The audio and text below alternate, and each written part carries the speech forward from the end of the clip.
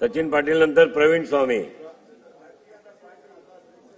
सन 2025-26 या अर्थसंकल्पीय अनुदानाच्या मागण्यावर चर्चा करण्यासाठी आपण मला संधी दिली त्याबद्दल मी आपला आभारी आहे। मी ऊर्जा विभागाशी संबंधित मागण्यावर बोलू इच्छितो। माझा फलटण कोरेगाव मतदारसंघातील दुर्गम भागातील वाड्या वस्त्यांना गावठाण वाहिनीवरून सद्यस्थितीत 22 केव्हीच्या फीडरवरून वीज पुरवठा होत असतो, परंतु 22 केव्हीचा फीडर आहेत ते कॉपरचे असल्यामुळे ते चोरीला जाण्याचं प्रमाण जास्त आहे आणि चोरीला गेल्यामुळे शेतकऱ्यांचं फार मोठं नुकसान होतं। एकदा एक फीडर चोरीला गेला तर कमीत कमी 1 महिनाभर तिचा फीडर बसत नाही आणि शेतकऱ्याचं उभं पीक जळून जातं।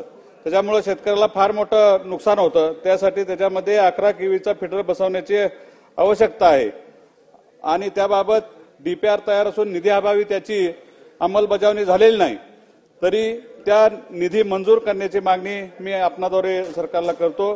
तसेच फलटण तालुक्यातील सद्यस्थिती आरडीएसएस फीडर सेपरेशन योजनेचे काम सुरू असून त्याद्वारे वाड्या वस्त्यांना गावठाण वाहिनीवरून 24 तास वीज पुरवठा करण्याचे प्रयोजन आहे, परंतु वाड्या वस्त्यावरचं 20 पेक्षा जास्त कमी लोकसंख्या असणारी जी घरं आहेत तिथं आपलं काम योजनेचा लाभ त्यांना देता येत नसल्यामुळे त्याही नागरिकांना त्याच्यापासून वंचित राहणार आहेत। तरी दुर्गम भागातील नागरिकांना या योजनेचा लाभ व्हावा आणि लाभ देण्यासाठी अंदाजे 35 कोटीची अतिरिक्त निधी आवश्यकता आहे। सदर निधीची तरतूद शासनाने उपलब्ध करून देण्याची मागणी मी याद्वारे करतो आहे। तसेच माझ्या मतदारसंघातील शहरी भागात ओव्हरहेड वायरिंग या विविध कारणास्तव म्हणजे झाडांच्या मुळे अतिपर्जन्यवृष्टीमुळे वादळी वाऱ्यामुळे बरेच वारंवार नादुरुस्ती होत असते, नागरिकांना त्याचा नाहक त्रास सहन करावा लागतो। त्यामुळे अंडरग्राउंड केबल करण्याची विनंती आवश्यकता आहे। या जीआयएस सबस्टेशन उभारण्याची देखील नितांत आवश्यकता आहे। त्या अनुषंगाने आवश्यक असलेले प्रस्ताव मान्यतेकरता सादर करण्यात आलेले आहेत, परंतु या सर्व प्रस्तावांना अद्याप मंजुरी व निधी उपलब्ध करून देता आलेला नाही।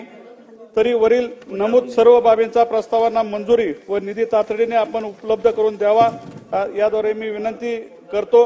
तसेच अन्न व नागरी विभाग स्वस्त धान्य दुकानातील लाभार्थ्यांना उत्पन्नाची मर्यादा वाढवण्याबाबत शासनाने स्वस्त धान्य दुकानातून गहू तांदूळ मिळवण्यासाठी अन्न व नागरी पुरवठा मंत्रालयाने उत्पन्नाची मर्यादा घालून दिलेली असून निकषाच्या शिधापत्रात देण्यात आलेला आहे।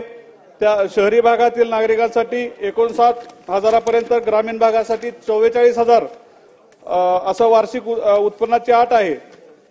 सध्याचा महागाईचा विचार करता सध्या लागू असलेल्या उत्पन्नाच्या मर्यादा लक्षात आर्थिक उत्पन्न असणाऱ्या नागरिकांना स्वस्त धान्य दुकानातील धान्याचा कोणताच लाभ मिळत नाही, तेव्हा सर्वसामान्यांना या धान्याचा लाभ मिळावा यासाठी आपण त्याची मर्यादा वाढवून द्यावी अशी मी विनंती करतो आणि तसा पाठपुरावा योग्य तो पाठपुरावा केंद्र शासनाकडे करावा अशी मी विनंती करतो। आपण मला बोलण्याची संधी दिली त्याबद्दल मी आपले आभार मानतो।